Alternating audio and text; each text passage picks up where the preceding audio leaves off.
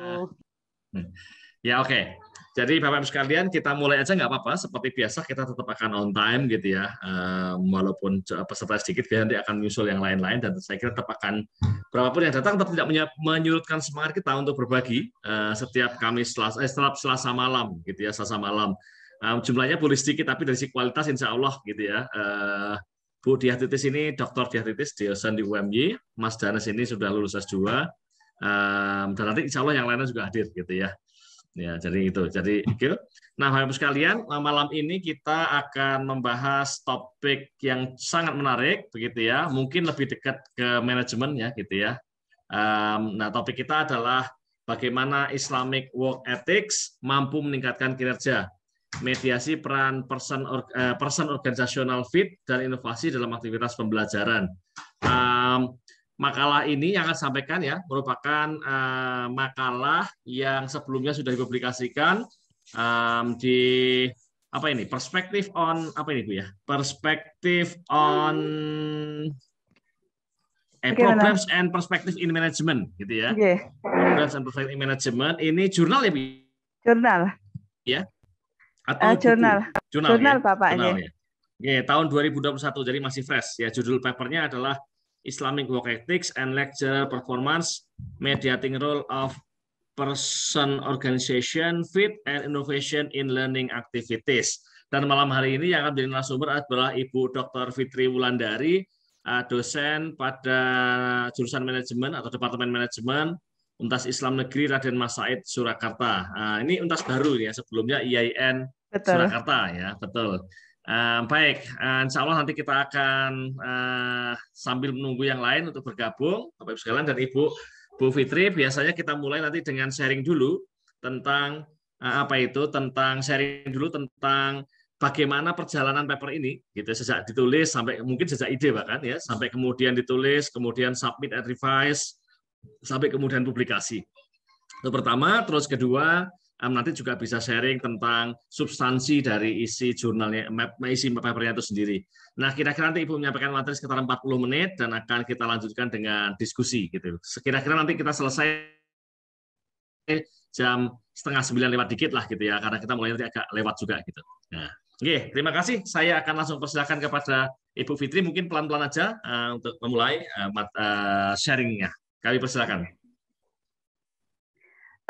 Sebelumnya terima kasih. Assalamualaikum warahmatullahi wabarakatuh. Mohon maaf, Waalaikumsalam. apakah suara saya sudah bisa didengar ya? Sudah. Oke. Terima kasih Pak Akbar Susanto yang sudah menginisiasi untuk kegiatan sharing pengalaman ini.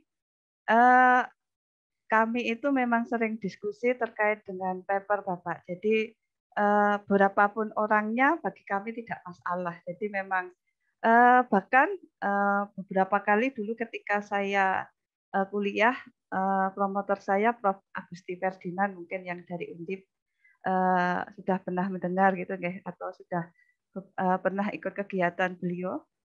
Bahkan kami diskusi sampai malam itu bisa sampai jam 10, setengah 10 atau jam 9 itu hanya 2 atau 3 mahasiswa atau 4 mahasiswa gitu. Jadi saya kira ini kok seperti saya waktu kuliah dulu gitu ya. Kita selalu berbicara tentang jurnal, penelitian, publikasi, dan sebagainya. Nah, kebetulan artikel ini artikel keempat saya bukan yang sangat produktif Bapak, cuma memang ini artikel saya yang keempat yang di Scopus.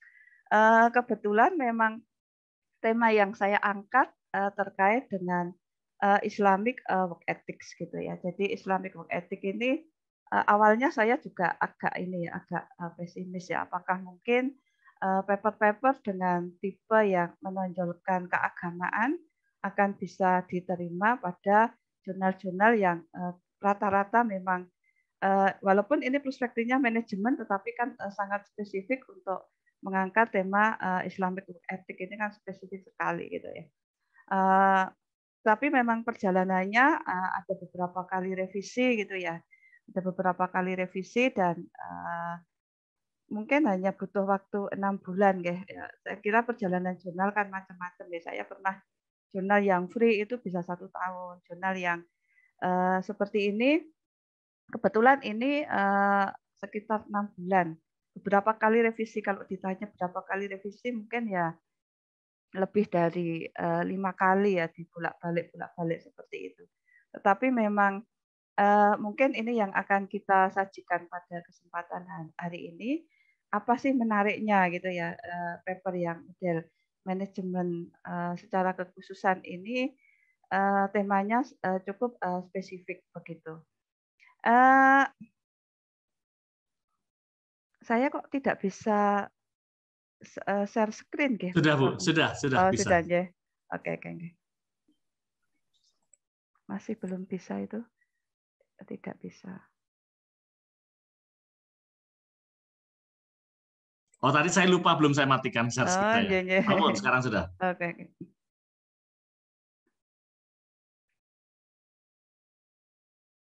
Oke, materinya sudah bisa dilihat ya. Ampun. Oke. Terima kasih untuk kesempatannya. Sebenarnya apa menariknya dari Islamic Group Ethic itu sendiri ya?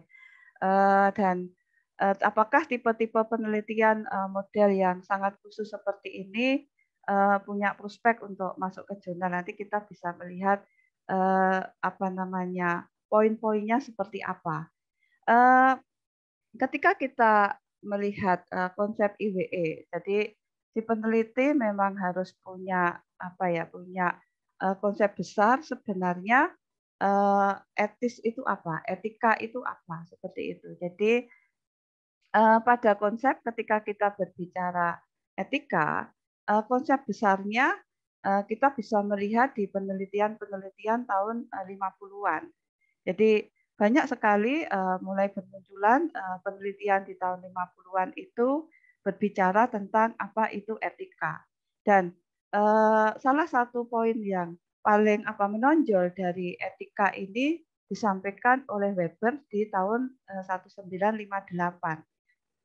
Weber pertama kali berbicara tentang apa itu etika kerja Protestan. Jadi kajian-kajian Weber itu sendiri sebenarnya ada semacam kausalitas atau hubungan terkait dengan apa itu etika kerja Protestan dengan perkembangan terkait dengan kapitalisme Barat. Jadi memang sebenarnya isu-isu tentang etis bisa jadi ketika perkembangan kapitalisme Barat itu dianggap ada sesuatu yang tidak etis seperti itu. Nah, kemudian dari pandangan Weber ini sendiri kemudian memunculkan banyak ide-ide atau kajian-kajian tentang etika kerja dengan konsep yang berbeda. Misalnya etika kerja Australia, etika kerja Yahudi, etika kerja Islami, dan etika kerja yang lain gitu.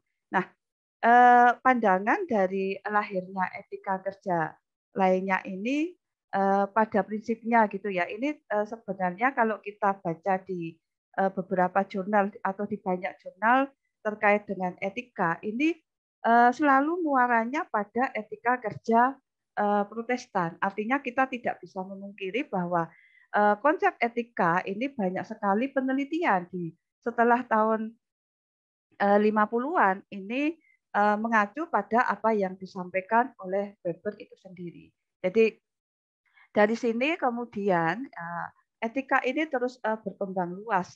Setelah tahun 1958, kemudian ada konsep yang diperluas lagi oleh McLellan. McLellan ini kita tahu kalau di manajemen ini dia seorang pakar yang ketika kita berbicara teori motivasi, salah satunya teori motivasi McLellan ini sangat terkenal gitu. Nah, di teori motivasi McLellan ini salah satunya McLellan merupakan seorang ahli di psikologi sosial gitu ya. Dia banyak juga mengadopsi apa yang disampaikan oleh Weber gitu terkait dengan apa itu konsep terkait dengan etika tadi dan apa sebenarnya hubungan antara etika dengan pekerjaan atau etika dengan konsep terkait dengan kondisi kerja dan sebagainya. Jadi apa yang disampaikan oleh McLellan itu sendiri sebenarnya mencoba meneruskan konsep dari etika yang sudah dikembangkan oleh Weber. Di sini dia berbicara tentang konsep etik di dalam hubungannya dengan kebutuhan prestasi kerja. Karena McLellan kan ada 3 teori ya, teori afiliasi, ada teori prestasi, yang ketiga adalah power gitu. Nah, dari konsep ini terus berkembang terkait dengan apa itu etika. Jadi perkembangan teori-teori yang terbaru, etika lebih dekat dengan budaya yang di situ memasukkan unsur terkait dengan value dan belief, keyakinan dan value gitu. Nah, kemudian dari sini kita bisa melihat perkembangan terkait dengan etika kerja dari banyak disiplin ilmu. Jadi entah itu dari ilmu filsafat, sosiologi, bahkan kemudian etika juga masuk di ranah ilmu di manajemen. Dan ini bisa dilihat dari setelah Weber, kemudian McLellan, ini teori-teori atau kajian-kajian terkait dengan etika ini banyak sekali dikaji di berbagai disiplin ilmu, yang salah satunya di manajemen. Jadi kalau kita melihat beberapa kajian teori di etika dari kajian manajemen atau pandangan manajemen, ini banyak sekali jurnal-jurnal yang membahas tentang apa etika dalam ilmu manajemen. Kemudian dari sini ada pertanyaan penting selanjutnya, apakah sebenarnya yang membedakan gitu ya, dan apa kesamaannya antara etika kerja Islam dengan etika kerja Protestan dan etika kerja yang lain.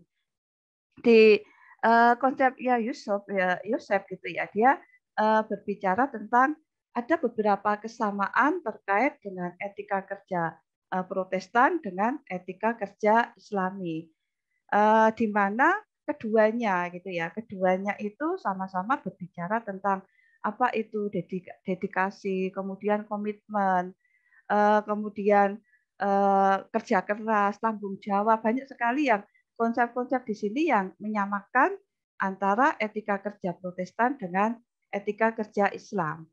Termasuk misalnya konsep bahwa keduanya itu tidak suka menumpuk kekayaan atau menghindari sesuatu yang tidak etis di tempat kerja. Jadi konsep ini merupakan kesamaan dari kedua kedua etika tadi. Nah, di konsep yang lain, di penelitiannya Muhammad dan Ali gitu ya.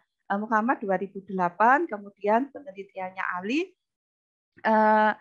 dia menjelaskan juga bahwa kedua konsep etika ini dari pandangan baik itu Muhammad maupun dari pandangan Ali, ini dua-duanya ini sama-sama berbicara tentang apa yang perbedaan. Jadi membedakan tentang mana yang benar atau mana yang salah.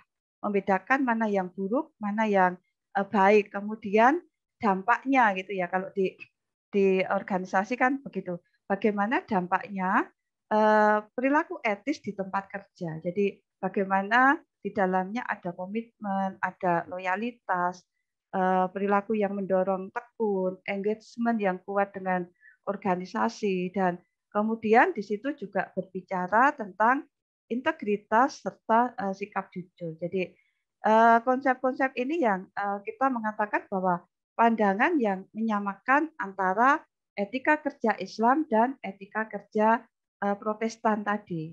Tetapi gitu ya, ada juga konsep yang membedakan dari kedua etika tadi. Ini yang kalau kita menulis di jurnal, ini yang menjadi kekuatan kita gitu ya. Salah satunya apa yang membedakan penelitian kita dengan penelitian sebelumnya gitu ya. Sehingga dari sini kita sebenarnya bisa menjawab mengapa etika kerja Islami itu menjadi sesuatu yang berbeda. Karena kita tahu kalau secara umum gitu ya, kita kan sebenarnya bisa menggambarkan apa yang ada menurut Islam bisa jadi berbeda dengan agama yang lain. Saya contohkan di sini misalnya konsep tentang orang baik. Orang baik secara umum gitu ya, tetapi kita di Islam mengenal semoga menjadi orang yang soleh gitu ya. Soleh itu berbeda dengan gambaran pada secara umum terkait dengan orang baik tadi gitu. Nah, ini juga konsep ini kemudian saya angkat di apa yang membedakan antara etika Protestan dengan etika kerja Islami gitu. Jadi dari sini saya apa namanya kita bisa membedakan dua hal tadi. Kemudian yang kedua gitu ya, kedua tentang perbedaan tadi, apa yang membedakan konsep Protestan dengan konsep Islam?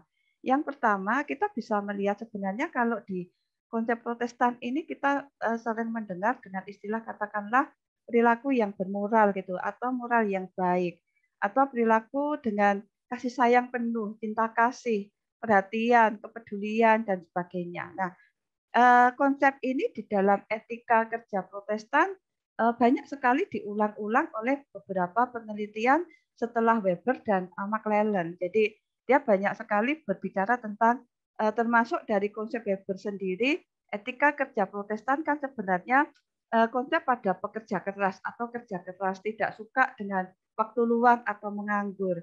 Makanya konsep ini yang sangat menonjol pada ketika kita berbicara etika kerja Protestan. Nah, kemudian dari sini kita bisa juga membedakan kalau begitu di etika kerja Islam seperti apa gitu ya. Nah, di etika kerja Islam saya menemukan dari penelitiannya Muhammad, penelitiannya Ali, kemudian Hayati dan beberapa penelitian tentang etika kerja Islam gitu ya, termasuk punya Ashraf gitu, dia berbicara tentang ada dua hal penting yang membedakan antara etika kerja Islam dengan etika kerja Protestan. Salah satunya kalau di Islam ada dua hal yang sering kita sebut yaitu niat dan keberkahan gitu. Jadi keberkahan di dalam Islam gitu ya, atau niat di dalam Islam itu menjadi hal yang membedakan antara kedua etika tadi. Misalnya kalau di Islam sendiri kita sering mendengar bahwa apa segala sesuatu itu tergantung sangat sama niatnya. Bahkan di Islam sendiri baru berniat saja kalau kita sungguh-sungguh sudah mendapatkan pahala. Ini konsep pertama di dalam IWE adalah niat.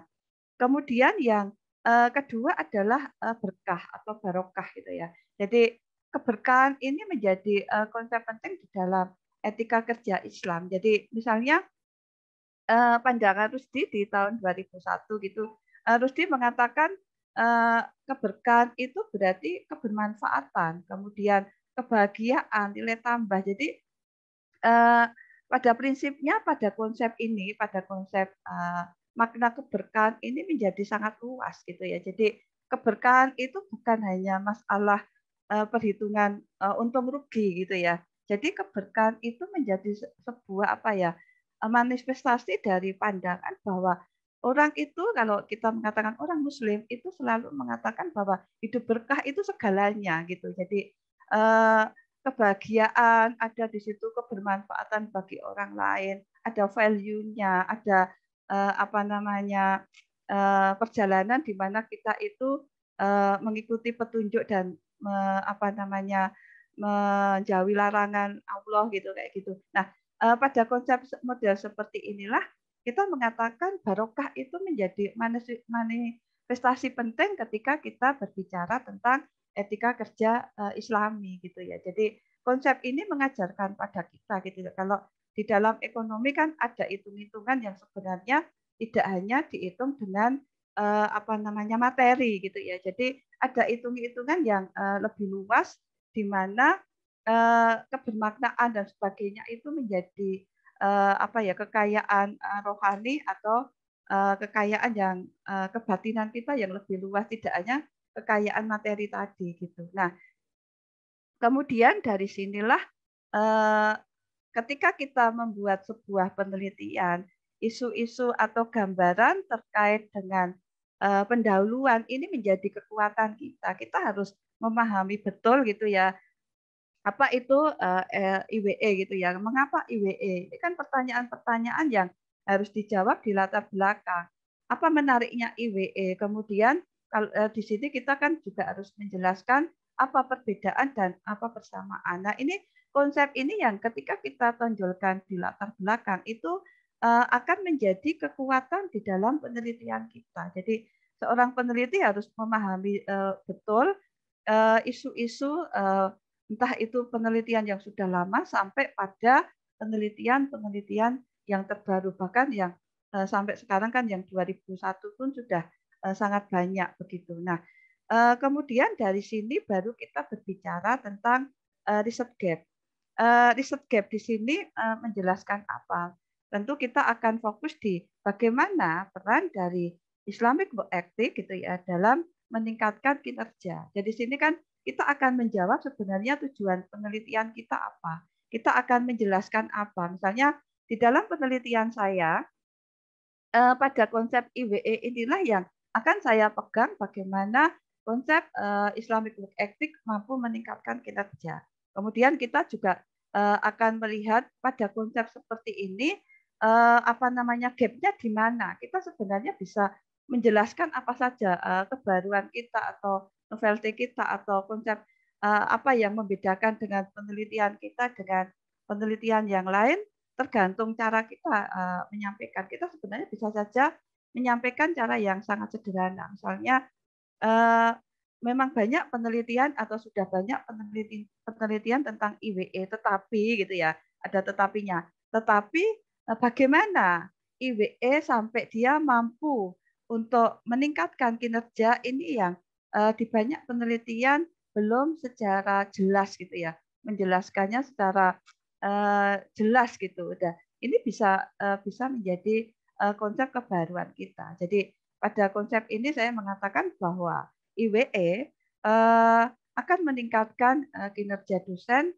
tetapi gitu ya, tetapi ada dua variabel mediating di sini yaitu variabel person organisasional fit dan inovasi dalam aktivitas pembelajaran karena memang fokus di dalam penelitian saya adalah dosen. Nah, dari sini kita bisa apa namanya menjelaskan terkait dengan kalau begitu kita bisa melihat di baik itu di latar belakang maupun di bab 2 gitu ya menjelaskan bagaimana peran IWE dalam meningkatkan person organisasional fit dan pada endingnya akan meningkatkan inovasi dan akan meningkatkan kinerja dosen. Nah, kemudian dari sini kita akan bisa juga di latar belakang ini sebenarnya menggambarkan gitu ya, menggambarkan sedikit saja kalau di dalam jurnal kan berbeda dengan penelitian karena di latar belakang juga ada batasan halaman begitu ya. Jadi konsepnya bisa dijelaskan secara garis besar gitu ya. Misalnya mengapa gitu ya, mengapa IWE itu penting untuk dikaji. Misalnya kita bisa mengatakan dari pandangan atau jurnalnya Muhammad yang mengatakan bahwa karena penduduk dengan masyarakat Muslim itu kan jumlahnya secara dunia itu hampir 23%. Artinya gitu ya, artinya memahami konsep IWE berdasarkan budaya, berdasarkan agama, berdasarkan apa value yang lain itu juga sangat penting karena kemudian juga kita bisa memahami atau menjelaskan terkait juga dengan ini, dengan apa namanya masalah gitu ya, masalah terkait dengan etika gitu ya. Di banyak jurnal atau di beberapa jurnal mungkin kita bisa menemukan adanya problem etika pada masyarakat Muslim misalnya. Jadi pada negara-negara dengan mayoritas penduduknya Muslim dalam tanda petik di situ ada problem tentang apa namanya etika tadi. Nah ini bisa disampaikan pendapat siapa yang menjelaskan gitu. Nah pada konsep ini kita bisa mengatakan bahwa problem etika ini menjadi masalah yang relevan karena apalagi sekarang ini sangat penting gitu ya, sangat penting bagaimana problem etis ini apa namanya bisa menjadi fenomena di sekitar gitu. Nah, kemudian yang berikutnya adalah terkait dengan inovasi. Nah, ini kan kebetulan penelitian saya dilakukan pada masa pandemi gitu ya. Artinya problem inovasi secara umum gitu kita bisa menyangkutkan ke situ ya. Jadi problem inovasi masih menjadi masalah karena terkait dengan bagaimana pada masa pendidikan yang masih daring seperti ini, bagaimana kita berharap bahwa kualitas pembelajaran ini tidak mengurangi dari kualitas lulusan dan sebagainya. Artinya dari sini kita memeta-metakan gitu ya. Oh, di sini ada problem etis, di situ juga ada problem inovasi dan sebagainya. Jadi di sini seorang peneliti bisa menjelaskan problem atau fenomena secara umum ini apa, dan ini bisa dituliskan di satu atau dua alinea saja gitu ya, karena di jurnal tadi ada batasan-batasan terkait dengan halaman. Dan ini berbeda kalau kita menulis tesis atau disertasi gitu ya. Justru itu diminta banyak data gitu ya. Nah, tetapi kalau kebetulan yang saya tulis ini di jurnal ya, saya terpaksa meringkas menjadi fenomena yang kalau dibaca itu bisa menjelaskan bahwa problem etika menjadi sangat relevan untuk diteliti untuk saat ini gitu. Nah, kemudian kita juga bisa menjelaskan terkait dengan apa sebenarnya kontribusi penting dari penelitian kita gitu ya. Ini bisa kita tunjukkan di di latar belakang gitu ya, kontribusi secara umum ya, tidak secara khusus ya. Kita berbicara sebenarnya penelitian kita memiliki kontribusi penting misalnya dalam bagaimana peran pada pengembangan pendidikan tinggi. Salah satunya bagaimana membangun sebuah paradigma baru gitu ya di dalam ilmu, terutama di studi manajemen. Kebetulan memang jurnal yang akan saya masukkan kan memang jurnal manajemen gitu ya. Salah satunya bagaimana untuk melihat peran IWE, kemudian person organizational fit, kemudian inovasi gitu dalam meningkatkan kinerja tadi gitu. Nah, ini poin pertama di dalam jurnal. Jadi pertama research gap harus ada, kemudian yang kedua tadi kalimat-kalimat penting gitu ya, kalimat penting yang akan kita tonjolkan gitu, itu harus muncul di latar belakang gitu. Nah, ini kan seringkali kan mengapa kita harus menonjolkan sesuatu yang penting, misalnya ini loh bedanya etika kerja Islam dengan etika kerja Protestan gitu. Itu kita bisa menonjolkan di latar belakang gitu ya. Mengapa ya? Karena biar pembaca itu bisa langsung paham, oh ini loh menariknya. Oh ini loh bedanya dengan penelitian-penelitian sebelumnya dan sebagainya. Nah, dari sini baru kita akan berbicara tentang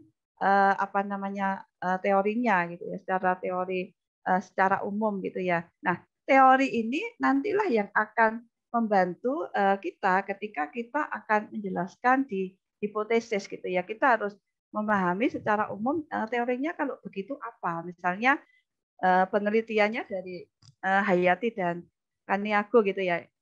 Dia berbicara tentang IWE dan hubungannya dengan perilaku di tempat kerja. Bagaimana dedikasi, kerjasama, tanggung jawab, kreativitas ini merupakan peran penting dari IWE itu sendiri dalam meningkatkan gitu ya, meningkatkan sebuah hubungan kerja yang baik gitu ya. Artinya outcome-nya itu nanti apa ya? Outcome-nya bisa mengarah kepada artinya bekerja dengan kebermaknaan yang tinggi, bekerja dengan baik, itu membuat kita itu bahagia gitu ya, membuat individu itu termotivasi seperti itu. Nah, ini konsep-konsep seperti ini di jurnal harus kita munculkan di bab 2, walaupun mungkin hanya 1 atau 2 lembar saja gitu ya. Yang penting mungkin lebih banyak bagaimana pandangan-pandangan tentang IWE itu bisa didukung oleh banyak rujukan dan penelitian-penelitian sebelumnya. Karena memang kebetulan penelitian saya menggunakan kuantitatif itu ya. Jadi membutuhkan atau dukungan jurnal yang semakin banyak itu menguatkan kajian-kajian kita di bab 2 gitu. Nah, baru dari sini kita sebenarnya bisa membuat konsep model gitu ya. Dari ini sebenarnya membantu kita untuk menjelaskan cara berpikir kita gitu ya. Misalnya di di IWE, konsep yang kita ingin tonjolkan apa? Misalnya niat, keberkahan, kebahagiaan gitu ya. Kemudian kebermaknaan, kita juga berbicara tentang kerja keras dan tanggung jawab. Yang penting di dalam penelitian konsep IWE ini siapa yang mendukung gitu ya. Jurnal-jurnal sebelumnya tentu harus kita tonjolkan gitu ya, sehingga konsep IWE kita gitu ya seperti ini itu didukung oleh banyak penelitian sebelumnya gitu. Nah, baru nanti dari konsep ini saya ingin menonjolkan ke person organisasional fit. Jadi person organisasional fit inilah yang mengarah kepada misalnya kesesuaian value gitu ya, kesesuaian tujuan atau goal congruence gitu ya. Jadi kesesuaian tujuan itu bentuknya apa gitu ya. Kalau orang sesuai di dalam organisasi gitu ya, sesuai tujuan kita dengan tujuan organisasi, bentuknya apa? Satu misalnya kesesuaian kita dengan pimpinan kita itu merupakan bentuk kesesuaian. Yang kedua adalah kesesuaian kita dengan rekan kerja kita, itu juga bentuk kesesuaian. Kesesuaian kita dengan bawahan kita gitu ya. Kesesuaian kita kalau di dosen ya kita itu enjoy gitu ya mengajar dengan, dan kita juga bisa mahasiswa juga sesuai dengan kita gitu. Artinya kita sesuai dengan organisasi kita, dengan atasan, dengan bawahan, dengan rekan kerja dan sebagainya. Nah, di samping itu juga ada apa namanya kesesuaian terkait dengan apa namanya kultur personal gitu ya. Jadi personal culture-nya itu juga kita itu harus menyesuaikan bahwa secara person kita itu harus mengidentikan kita dengan organisasi kita gitu ya. Jadi kalau kalau misalnya kita masuk di dalam organisasi yang di situ menuntut tanggung jawab tinggi, ya kita di situ juga harus mengikuti kesesuaian apa, karena kita sesuai dengan organisasi kita gitu ya, termasuk di sini kesesuaian antara apa namanya kita dengan lingkungan kerja ini menjadi sangat penting gitu ya. Nah dari sini kita melihat dari kesesuaian ini ternyata mampu meningkatkan inovasi-inovasi. Jadi kreativitas, ide-ide baru, kemudian mengadopsi sesuatu yang harus diadopsi, kebaruan, knowledge sharing gitu ya, transfer knowledge dan sebagainya. Ini menjadi konsep penting, apalagi ini di perguruan tinggi gitu ya. Jadi berbagi itu tidak menyebabkan kita kehilangan ilmu, tetapi malah bertambah itu. Itu termasuk pada konsep inovasi gitu ya.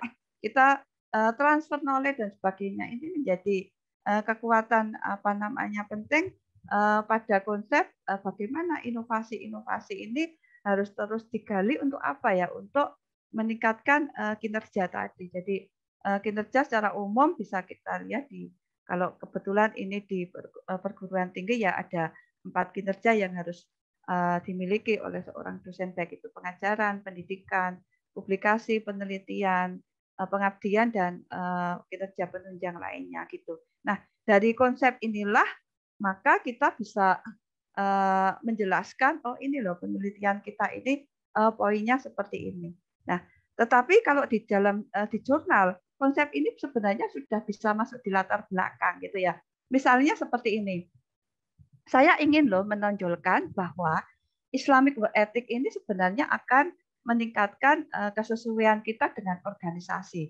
Kesesuaian kita dengan organisasi akan meningkatkan inovasi pada aktivitas pembelajaran yang endingnya gitu ya, endingnya kinerja itu akan meningkat gitu. Nah, ini nanti yang akan di latar belakang bisa dimasukkan itu. Nanti akan dibuktikan di mana? Di pembahasan dan di analisis datanya gitu. Apakah yang kita maksudkan itu terbukti atau tidak gitu. Ini sebenarnya cara kita menyajikan saja di dalam jurnal. Artinya ketika kita menulis gitu ya, apalagi dibaca apalagi di jurnal internasional, kita harus memiliki konsep apa yang membedakan yang kita angkat dengan yang lainnya gitu ya, sehingga pada konsep ini kita bisa apa namanya membedakan tadi gitu. Kemudian terkait dengan metodologi, sampel di dalam penelitian saya sebenarnya tidak banyak ya, saya hanya menggunakan 104 responden yang berasal dari waktu itu masih IAIN Surakarta gitu ya. Jadi IAIN Surakarta dan UIN Antasari gitu. Ada 2 kampus yang saya gunakan untuk penelitian. Teknik sampling yang saya gunakan adalah probability gitu ya, dengan apa namanya konsep di sini strata gitu. Samplingnya menggunakan teknik strata. Jadi mengapa strata? Karena saya membedakan responden ini berdasarkan karakteristik tertentu, misalnya kepangkatan gitu ya. Jadi ada asisten ahli, ada rektor kepala, kemudian ada guru besar gitu ya. Kemudian saya juga melihat apa namanya perbedaan ini dari misalnya masa kerja gitu ya. Jadi dari konsep ini sehingga saya bersepakat bahwa ini harus dibuat strata. Jadi tetapi disproporsional, karena disproporsional ini artinya saya sangat tergantung dari konsep mana yang paling banyak respondennya. Jadi misalnya kalau di komposisi dosen itu yang paling banyak dengan jabatan lektor, maka proporsi yang paling banyak nanti akan saya ambil pada jabatan itu. Nah, dari sini kita bisa melihat dari 104 responden ini ternyata 60 sekian adalah berjenis kelamin laki-laki dan sisanya perempuan. Kemudian usia yang paling banyak juga di sini menunjukkan sekitar 31 sampai 35. Jadi dosen dengan jabatan rektor ini rata-rata mereka masih baru gitu ya. Kemudian posisi terbanyak jabatannya adalah lektor, kemudian pengalaman terbanyak gitu ya, masih antara 1 sampai 5 tahun. Ini posisi terbanyak. Kemudian pendidikan yang terbanyak adalah master. Jadi dari responden saya ini 60% adalah berpendidikan S2 dan sisanya berarti 40% mereka berpendidikan S3.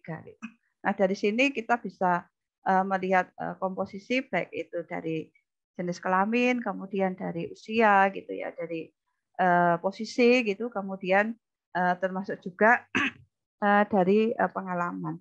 Yang terbanyak adalah untuk pengalaman ini sekitar apa namanya 1 sampai 5 tahun.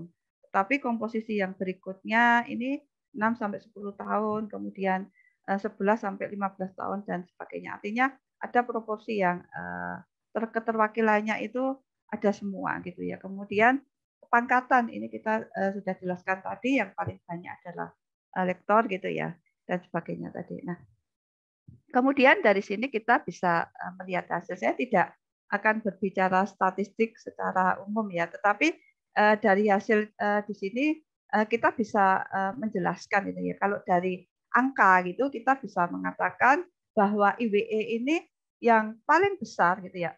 Ini pengaruhnya terhadap persen organisasional fit gitu ya. Yang paling besar. Yang paling besar kedua pengaruhnya langsung terhadap kinerja dosen. Yang paling besar ketiga baru pengaruhnya terhadap inovasi gitu ya, inovasi pembelajaran. Nah, secara umum kita bisa menjelaskan mana yang paling pengaruhnya paling besar. Tetapi dari hasil ini memang semuanya menunjukkan hasil yang signifikan gitu. Nah, baru nanti yang kedua saya bisa menjelaskan hasil yang kedua menunjukkan bahwa persen organisasional fit ini berpengaruh terhadap pertama apa namanya kinerja dosen, yang kedua adalah berpengaruh terhadap aktivitas pembelajaran. Nah, pengaruh yang paling besar ini justru di aktivitas pembelajaran. Baru yang kedua di apa namanya kinerja dosen. Ini terkait dengan persen organisasional fit. Kemudian yang ketiga, inovasi dalam pembelajaran juga berpengaruh kepada kinerja dosen. Sehingga dari hasil ini sebenarnya kita bisa menjelaskan gitu ya. Karena proporsinya itu rata-rata besar gitu. Dan pada hasil ini semuanya menunjukkan hasil yang signifikan. Artinya memang pada hasil ini IWE ini baik secara langsung maupun secara tidak langsung dia mampu mempengaruhi kinerja dosen. Jadi kalau secara langsung ya IWE langsung ke kinerja dosen. Tetapi kalau pada konsep secara tidak langsung Maka IWE dan perannya terhadap di sini ada variabel mediasinya. Mediasi pertama adalah person organisasional fit, yang kedua adalah inovasi dalam aktivitas pembelajaran. Pada konsep mediasi ini dua-duanya menunjukkan hasil yang signifikan. Artinya ini menjadi konsep yang cukup menarik ya. Secara langsung dia signifikan, tetapi secara tidak langsung tambah signifikan. Jadi konsep ini menunjukkan bahwa gitu ya, walaupun secara langsung IWE akan mempengaruhi kinerja dosen, tetapi lebih baik gitu ya, lebih baik IWE itu mempengaruhi dulu variabel mediasinya. Artinya apa? Artinya di penelitian ini menunjukkan bahwa peran kesesuaian kita dengan organisasi itu menjadi sangat penting. Perasaan bangga terhadap organisasi, kemudian cinta organisasi, apa namanya, kalau di perintah kita loyal terhadap pimpinan, suka dengan lingkungan kerja kita, kemudian dan sebagainya, ini menjadi faktor penguat gitu. IWE akan semakin menguatkan apa namanya kepemilikan kita terhadap organisasi tadi gitu. Baru yang yang kedua, bagaimana peran IWE, inovasi dan kinerja ini ternyata juga hasilnya juga mampu memediasi. Artinya pada hasil ini, pada hasil di penelitian ini, temuan saya yang terbesar adalah bagaimana peran IWE meningkatkan pesan organisasional, kemudian ke inovasi, baru yang terakhir adalah ke kinerja dosen. Pada konsep ini kita bisa menjelaskan gitu ya, menjelaskan kalau seperti ini bagaimana kita membahas pada hasil gitu ya. Nah, hasil di dalam penelitian ini sebenarnya menjawab dari apa sebenarnya pentingnya penelitian kita. Kita sebenarnya ingin menjawab terkait dengan apa namanya di dalam penelitian ini kita ingin apa namanya menjawab terkait dengan kontribusi kita itu apa, riset kita sebenarnya pengen berbicara apa. Ini kan terkait dengan tujuan penelitian kita sebenarnya juga bisa gitu ya. Jadi dari sini kita ingin memperjelas dari hasil ini sebenarnya maknanya apa gitu ya. Jadi di dalam diskusi ini kita sebenarnya bisa sangat penting untuk didukung dari jurnal-jurnal yang apa namanya mendukung penelitian kita. Tetapi dari konsep penguatan hasil kita itu seperti apa. Jadi misalnya pada temuan yang dilakukan oleh Loi ini kan apa namanya sejalan dengan penelitian kita gitu ya, penelitian saya. Dia mengatakan bahwa etis di tempat kerja ini cenderung meningkatkan pelayanan gitu ya. Kemudian penelitiannya Muhammad mengatakan IWE ini akan meningkatkan persepsi keadilan organisasi. Artinya apa? Pada sisi ini ada pandangan-pandangan yang mengarah bahwa IWE mempunyai kontribusi positif pada peningkatan kinerja, pada misalnya perilaku ekstra role, perilaku kewarganegaraan organisasi gitu ya, hubungan personal yang baik, kemudian mendorong untuk berbagi pengetahuan, kerjasama dan sebagainya, yang endingnya gitu ya, endingnya pada konsep ini IWE akan meningkatkan kinerja gitu. Kemudian di penelitian yang lain di situ dijelaskan terkait bagaimana prinsip moral gitu ya, prinsip etis yang sejalan dengan Al-Quran dan Sunnah. Ini di dalam penelitian Ashraf ini dia berbicara tentang IWE juga gitu ya. Bagaimana perilaku atau prinsip moral yang selaras dengan Al-Quran dan Sunnah ini pada konsepnya Ashraf ini dia mengatakan akan mendukung produktivitas dosen karena penelitian ini kebetulan juga di perguruan tinggi gitu ya. Artinya apa? Artinya konsepnya Ashraf ini mendukung apa yang saya kemukakan. Ketika kesadaran kuat bekerja semata-mata niatnya untuk ibadah ini semakin menguatkan perasaan terhadap perilaku kewarganegaraan organisasi. Perilaku menolong orang lain, suportif, seperti ini kan ini sangat positif di organisasi. Termasuk diantaranya adalah meningkatkan inovasi tadi gitu. Jadi kebermanfaat, kontribusi dan sebagainya itu menjadi sangat penting bagi apalagi ini di perguruan tinggi. Ini yang berikutnya. Kemudian konsep yang lainnya gini ya, ketika kita berbicara tentang bagaimana konsep IWE dan kesesuaian tadi gitu ya. Jadi tentu ini kita bisa melihat bahwa individu di dalam organisasi yang memiliki kesamaan terkait dengan prinsip, standar, kejujuran, sama-sama tanggung jawab ini lebih mudah untuk menyesuaikan dengan apa namanya tujuan organisasi. Artinya konsep ini menjadi masuk akal gitu ya, dan ini didukung oleh banyak penelitian yang misalnya dari Astakov dan Lau dan sebagainya. Ini juga mendukung pandangan itu tadi gitu. Artinya lingkungan kerja ini sangat menentukan gitu ya, sangat menjadi sangat menentukan ketika pada lingkungan yang dibentuk itu sama-sama merupakan lingkungan yang sama-sama di dalamnya itu orang-orangnya itu memiliki value yang sama. Ini kan sebenarnya menguatkan gitu ya, termasuk di sini kesesuaian nilai ini pada endingnya gitu ya. Ini akan mendorong kinerja dengan apa ya, dengan kerjasama tim yang semakin kuat, bahu membahu gitu ya, perilaku proaktifnya juga semakin kuat. Kemudian di situ juga mendorong terciptanya sebuah iklim yang kondusif dan endingnya itu ya tetap mengarah pada peningkatan kualitas kerja. Jadi konsep IWE menjadi sedemikian penting di beberapa penelitian.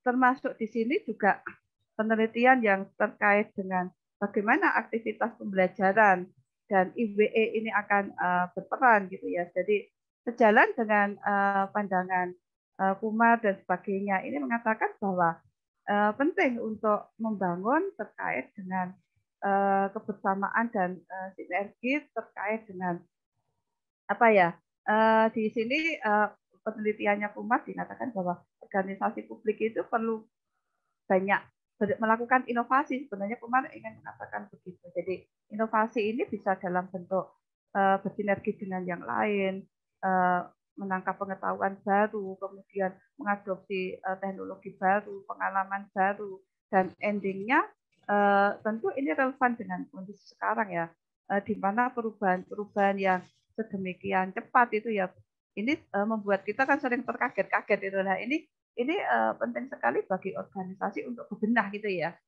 dalam rangka apa ya, dalam rangka untuk meningkatkan kinerjanya gitu ya. Nah kemudian di sini juga penelitian Superman ini juga mengatakan terkait dengan bagaimana inovasi pembelajaran. Kebetulan yang dilakukan beliau ini juga penelitiannya di perguruan tinggi. Jadi inovasi pembelajaran sangat penting untuk meningkatkan partisipasi mahasiswa dan bagaimana proses pembelajaran ini apa ya terus mengalami perbaikan-perbaikan gitu ya. Karena sangat penting gitu ya, terutama di perguruan tinggi, bahwa di situ juga dijelaskan dari penelitiannya Garcia gitu ya dan kawan-kawan gitu, dia mengatakan bahwa ujung tombak, kebetulan kan apa namanya, ujung tombak di dalam perguruan tinggi itu adalah dosen gitu ya, sehingga meningkatkan kompetensi dosen, kemudian meningkatkan perang transfer ilmu dan sebagainya, ini sangat penting bagi dosen, terutama apa namanya, bagaimana kesesuaian metode pengajaran yang dipilih, transfer pengetahuan, proses transfer pengetahuan yang dipilih ini pada endingnya tentu akan berdampak kepada peningkatan dari kompetensi lulusan.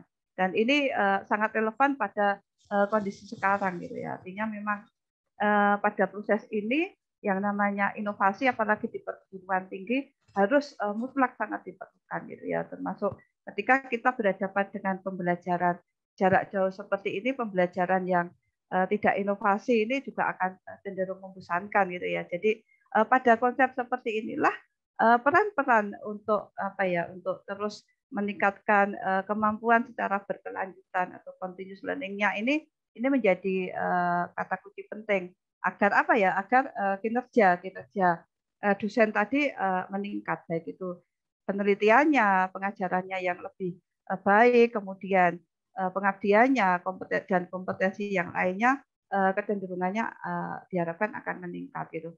Nah dari sini yang terakhir terkait, kalau begitu kontribusi penelitian kita apa gitu ya. Ini kontribusi tentu dikaitkan dengan apa ya, temuan-temuan penting penelitian kita. Temuan penting penelitian saya salah satunya adalah terkait dengan bagaimana IWE ini akan meningkatkan apa namanya person organisasional fit, inovasi, dan endingnya mengarah ke kinerja ini. Nah, bagaimana cara membentuk ini gitu ya? Sehingga peran kampus dalam hal ini kita bisa mengatakan peran organisasi ini sangat penting untuk menciptakan IWE yang apa namanya yang tepat gitu ya. Bagaimana kampus memastikan bahwa etika ini menjadi acuan penting bagi setiap kebijakan gitu ya, termasuk misalnya kenaikan pangkat, kemudian pemilihan pejabat, pemilihan dosen, ada sanksi-sanksi ketika ada pelanggaran gitu ya, seleksi karyawan baru gitu ya, perlu dideteksi secara lebih tepat gitu ya, jangan sampai nanti ketemu apa namanya karyawan yang baru apa dalam sisi ini ada etis-etis yang terlanggarkan gitu ya. Ini menjadi kebijakan yang tidak bisa terhindarkan. Artinya apa? Artinya etika dan kampus ini menjadi sesuatu yang wajib gitu ya. Artinya screening terkait dengan antisipasi agar kita memang keselarasan tujuan dan sebagainya itu diharapkan bisa menemukan orang yang tepat untuk organisasi yang lebih maju gitu. Sehingga ini implikasi penelitian saya, termasuk juga pentingnya kampus itu untuk menciptakan bagaimana IWE itu kayak menjadi budaya baru gitu ya. Misalnya terkait dengan bagaimana IWE itu misalnya rasa tanggung jawab, kemudian kerja keras, kemudian apa namanya niatan bekerja hanya karena mencari ridho kayak gitu, itu menjadi sesuatu yang bisa kita tonjolkan di penelitian kita. Jadi ini implikasi saya buat agak sedikit umum memang ya, karena memang konsep atau temuan ini lebih mengarah kepada bagaimana IWE, pesan organisasi fit, inovasi, dan kinerja. Saya lebih menggambarkan keempat konsep tadi gitu ya. Tetapi dari temuan penelitian ini saya bisa mengatakan bahwa ternyata IWE pada kasus di IAIN Surakarta dan IAIN dan UIN Antasari ini sedemikian relevan pada penelitian yang saya lakukan. Artinya dari hasil semuanya signifikan, mediasinya juga semuanya berpengaruh signifikan. Kemudian temuan ini bisa saya bisa mengatakan bahwa temuan konsep penelitian saya yang mengatakan bahwa IWE yang poin pentingnya adalah terkait dengan niat dan keberkahan ini ternyata mampu untuk meningkatkan kinerja dosen. Mungkin itu yang bisa saya sampaikan. Terima kasih apa namanya untuk kesempatannya. Saya kembalikan kepada panitia, monggo. Oke, terima kasih Bu Fitri. Bapak Ibu sekalian, tadi ya demikian tadi pemaparan dari Bu Fitri Wulandari, dan kita masih punya waktu 10 menit nih karena tadi kita juga bukanya agak telat gitu ya. Monggo kami persilakan, ini alhamdulillah ada 26 orang yang hadir. Ini Bu, sepertinya kalau saya lihat profilnya nggak saya hitung serius sih, tapi kalau saya lihat profilnya ini banyak kan masa S3 di UGM ini gitu ya. Tapi juga ada beberapa dosen, doktor gitu, dan ada beberapa yang saya mungkin baru lihat namanya malam ini gitu. Mungkin tamu istimewa gitu. Nih, baik, silakan Bapak Ibu sekalian yang akan menyampaikan komentar, tanggapan, pertanyaan, diskusi gitu ya. Silakan. Ada ini background-nya juga sepertinya beragam nih dari minat yang berbeda-beda. Ada, silakan. Ini masih hanteng nih. Mas Danes, ada Mas Danes? Ya, tes. Ya, silakan. Halo, dengar. Oke. Tes. Ya, silakan. Tes. Nah. Sudah, Nes, sudah masuk. Cukup Ayo. menarik ya. Oh, sudah kedengaran. Oke. Tadi cukup menarik ya. Ibu menggambarkan bahwa definisi etika antara etika Islam dengan etika Kristen dengan etika Yahudi itu berbeda. Tangkapan saya tadi gitu. Iya, benar ya, Bu ya. Ada persamaan tetapi ada perbedaan. Ada persamaan tapi ada perbedaan. Ini saya bukan orang SDM, jadi mungkin dasar banget ya pertanyaan saya. Mungkin saya bisa apa namanya? Kalau tadi kalau etika apa namanya? Kalau etika yang Kristen itu sudut pandangnya dari bukunya Max Weber ya, etika Protestan dan semangat kapitalisme ya. Kalau punya apa namanya? Islam itu tadi dari mana, Bu? Kalau di Islam ini kebetulan dari beberapa, langsung saya jawab Mas Danis ya. Monggo ya, Bu. Kalau di Islam ini ada dari jurnal-jurnal yang kebetulan kalau etika kerja Islam ini jurnal-jurnal dari Muhammad, dari Hayati ini beberapa penelitian yang dari Malaysia termasuk Ali dan Al-Waihan ini juga dari Malaysia. Ada beberapa jurnal yang memang beragam rata-rata dari beberapa negara Islam itu, Mas, terkait dengan etika kerja Islam itu. Nah, tetapi memang tadi yang ditanyakan, apakah ada persamaan, apakah dan di mana perbedaannya begitu ya. Nah, persamaan di kita, kalau saya melihat dari konsep di beberapa etika kerja Protestan ini, mereka selalu mengulang-ulang tentang moral gitu.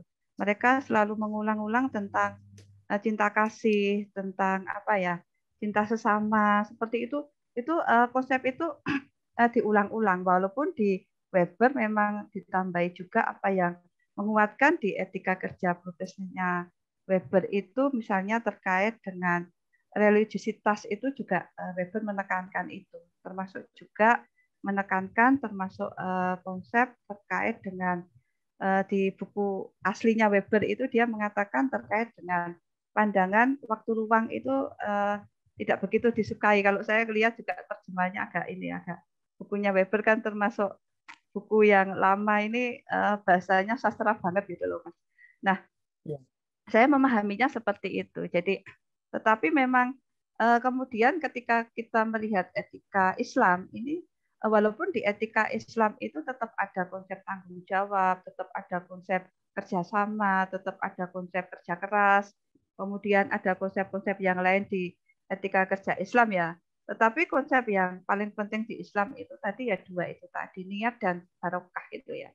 Kita kan orang Islam sangat sering mendekat, semoga hidup kamu barokah, semoga ini kan sering diulang-ulang, dan keberkahan ini memang cukup menarik di kajian saya. Artinya ketika kita ingin menulis sebuah penelitian jurnal terutama, kita harus punya konsep penting sebenarnya cerita kita itu nanti seperti apa. Itu harus kita tuangkan di latar belakang.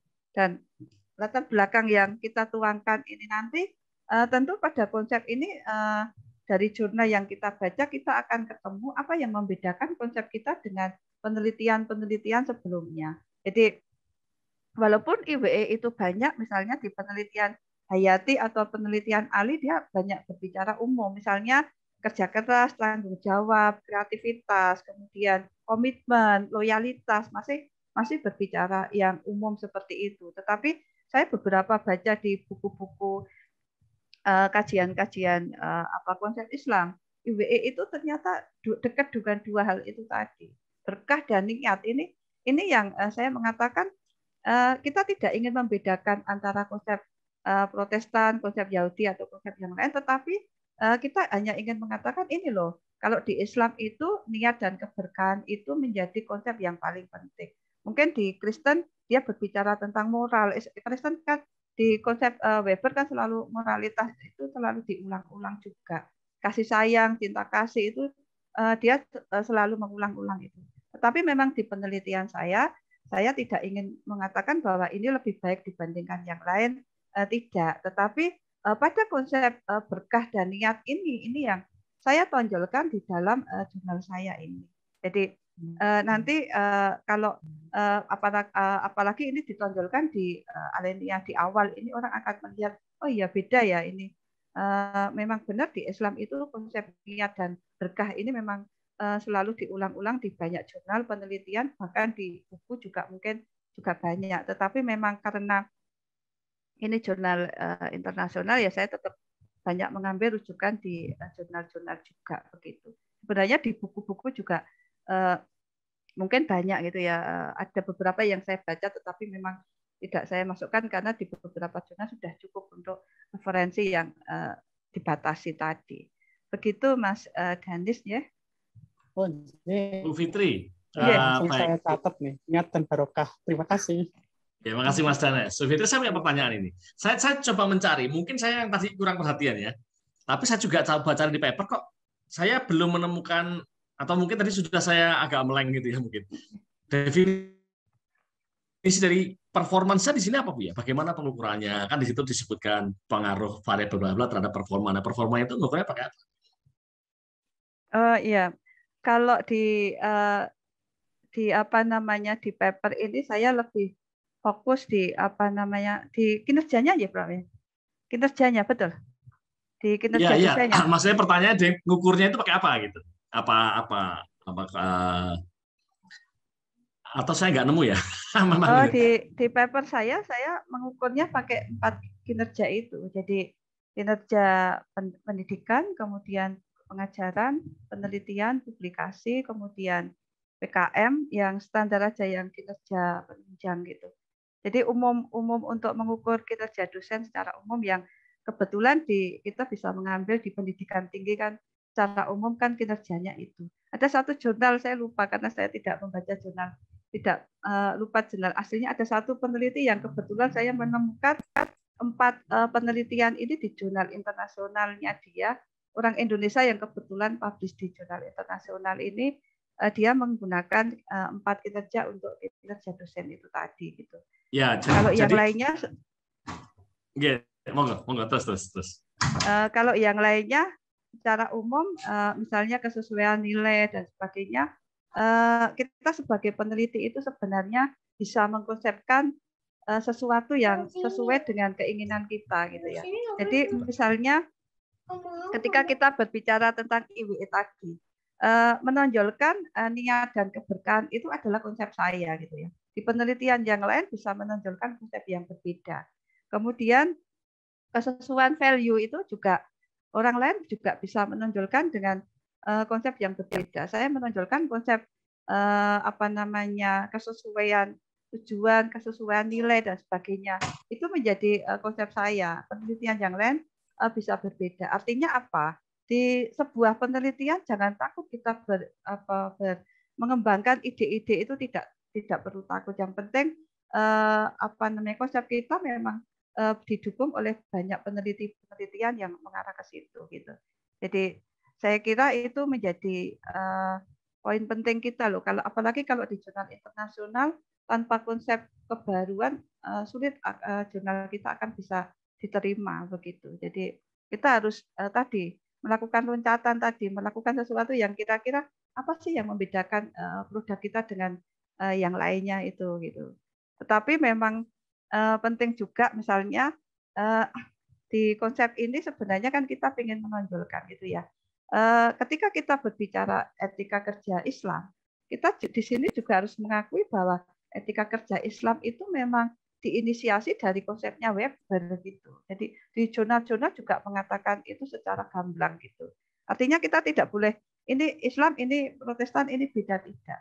Diinisiasi, tetapi walaupun itu diinisiasi dari konsepnya Weber, tetapi Islam ternyata punya konsep etika yang berbeda dengan Protestan. Begitu konsep intinya seperti itu, Pak Akbar. Terima kasih. Oke, terima kasih. Oh ini ya. Oke, ini tadi kan ngukurnya pakai 4 indikator itu ya, dari performance-nya ya. Oke deh, nggak apa. Sebenarnya saya masih pengen diskusi lagi, gitu, mendetailkan ini, cuman karena waktunya sudah habis. Oh ada satu lagi ya, udah nggak apa. Bu Imro Atus, silakan Bu, silakan, mungkin pendek aja. Matur suwun. Assalamualaikum warahmatullahi wabarakatuh. Waalaikumsalam. Waalaikumsalam warahmatullahi wabarakatuh. Izin Ibu. mohon disampaikan terkait implikasi karena saya tidak melihat komponen implikasi yang seharusnya karena tidak ada sepertinya belum muncul distingsi antara finding dengan implikasi. Setahu saya implikasi itu ada 3 hal. Yang pertama adalah nanti berimplikasi pada secara teori, yang kedua secara praktis, yang ketiga secara kebijakan. Nah, ini mungkin saya masukkan saja. Mungkin karena saya lihatnya juga masuknya terlambat gitu ya. Tapi kebetulan memang waktu pemaparan yang agak terakhir tadi saya masuk dalam finding atau temuan dan implikasinya. Mohon apa namanya?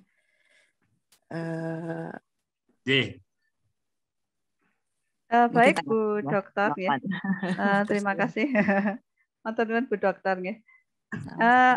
Kebetulan memang sebenarnya dari awal ini saya ingin mengimplikasikan sebenarnya bisa teoritis dan bisa praktis gitu ya. Tetapi kebetulan memang di jurnal ini kita kan menulis itu juga mengikuti sebenarnya bagaimana rata-rata pada konsep jurnal ini membuat implikasi gitu ya. Saya seringkali juga implikasi bisa kita sampaikan membuktikan teorinya siapa. Misalnya pada konsep ini saya juga bisa mengatakan bahwa implikasi penelitian ini mendukung konsepnya Weber terkait dengan etika kerja Protestan sebenarnya juga bisa saja, atau implikasi ini mendukung teori yang terkait dengan IBE pada konsep ini juga boleh. Tetapi kebetulan gitu ya, kebetulan pada jurnal ini dia lebih suka implikasi yang praktis gitu ya. Jadi implikasi praktis itu kalau sudah seperti ini apa yang bisa dilakukan oleh lembaga atau organisasi. Jadi dia lebih suka yang lebih konsepnya itu praktis. Jadi saya beberapa kali memasukkan teoritis, dia bilang, oh cukup ini saja tidak apa-apa. Kemudian dari sini saya oke, akhirnya saya mengikuti di jurnal.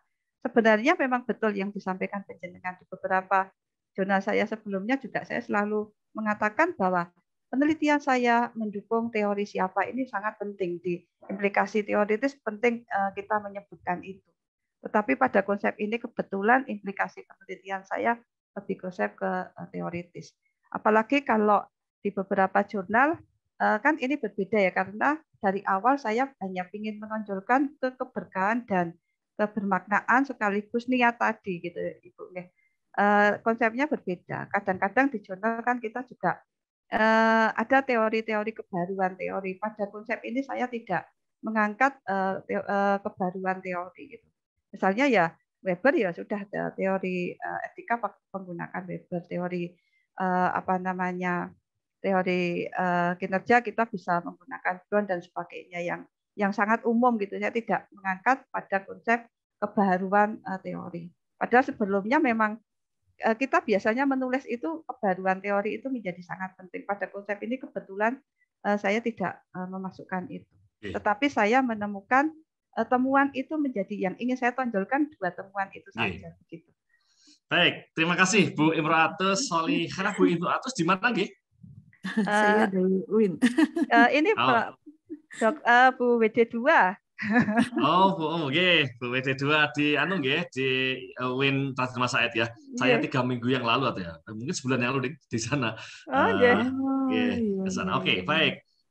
Bu Fitri Wulandari dan Bapak sekalian semuanya, terima kasih banyak atas kehadiran pada malam hari ini. Sayangnya kita sesuai kesepakatan 1 jam ya. Jadi setiap kali kajian Selasa malam gitu ya. Jadi Bapak sekalian, jadi ini adalah agenda rutin setiap Selasa malam yang diselenggarakan oleh Dewan Pengurus Wilayah Ikatan Ahli Ekonomi Islam Daerah Istimewa Yogyakarta bekerjasama dengan program studi S3 Perekonomian Islam dan Industri Halal Universitas Gadjah Mada, gitu ya Bapak Ibu sekalian. Dan malam hari ini untuk sebagai ucapan terima kasih kami kepada Bu Fitri Wulandari, maka kita berikan kepada beliau sertifikatnya, gitu ya. Terima kasih.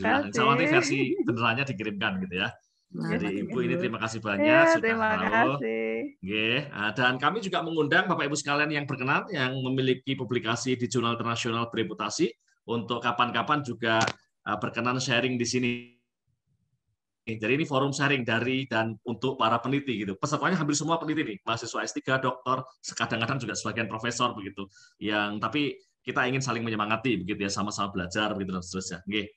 Nah, baik, saya kira itu Bapak Ibu sekalian untuk malam ini. Kita ketemu lagi insya Allah Selasa depan gitu. Sekali lagi mohon maaf jika ada kekurangan. Kita berikan aplaus untuk Bu Fitri gitu ya. Bu Fitri, terima kasih banyak. Salam untuk teman-teman Dina dan Mas Said gitu ya. Saya dulu pernah mengajak teman-teman di sana, yuk ikut kajian Selasa malam. Saya tidak bayangkan waktu itu Bu Fitri akan menjadi salah satu bicara pada malam hari ini. Gitu. Ya, gitu. Baik, kita tutup. Assalamualaikum warahmatullahi wabarakatuh. Waalaikumsalam warahmatullahi Waalaikumsalam. wabarakatuh. Terima kasih semuanya. Terima Terima Pak kasih. Akbar, ya, Pak Tukulon.